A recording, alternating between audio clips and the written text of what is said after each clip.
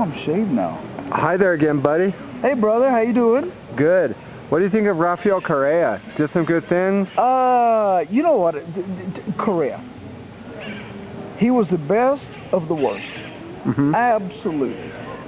He probably did more for Ecuador than anybody ever has, but he probably also took more from Ecuador than anybody ever has. Well, he kicked the U.S. military base out of Manta, which I think was huge. Well, there was actually 3 Air Force bases. He kicked them all out. But now I heard they're building a new U.S. military base in the Galapagos. Moreno has agreed to let the United States. My information is Moreno, the new president, has agreed to let the United States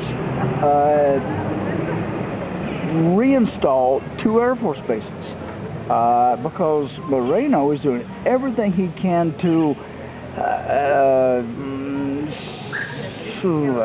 suck the tit of the United States. Okay, well, you know, if the United States wants to, with little countries that don't play ball, there's a lot of ways to throw them against the wall. One of the ways is by weather warfare and earthquakes. In fact, we had an earthquake here a few years ago in Esmeraldas. What do you know about that?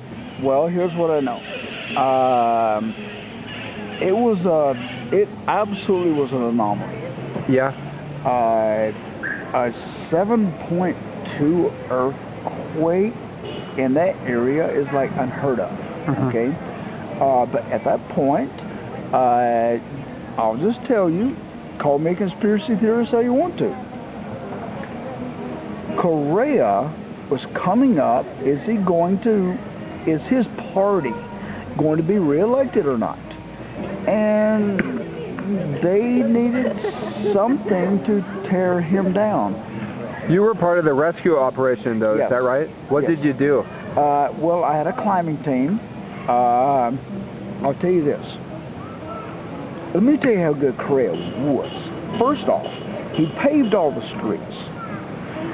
Second, he instituted the educational system that we know now. Okay? But when the earthquake happened, what he did is he called upon adventure athletes. Okay? He put together climbing teams. He put together hang glider teams. And me, I was on a climbing team.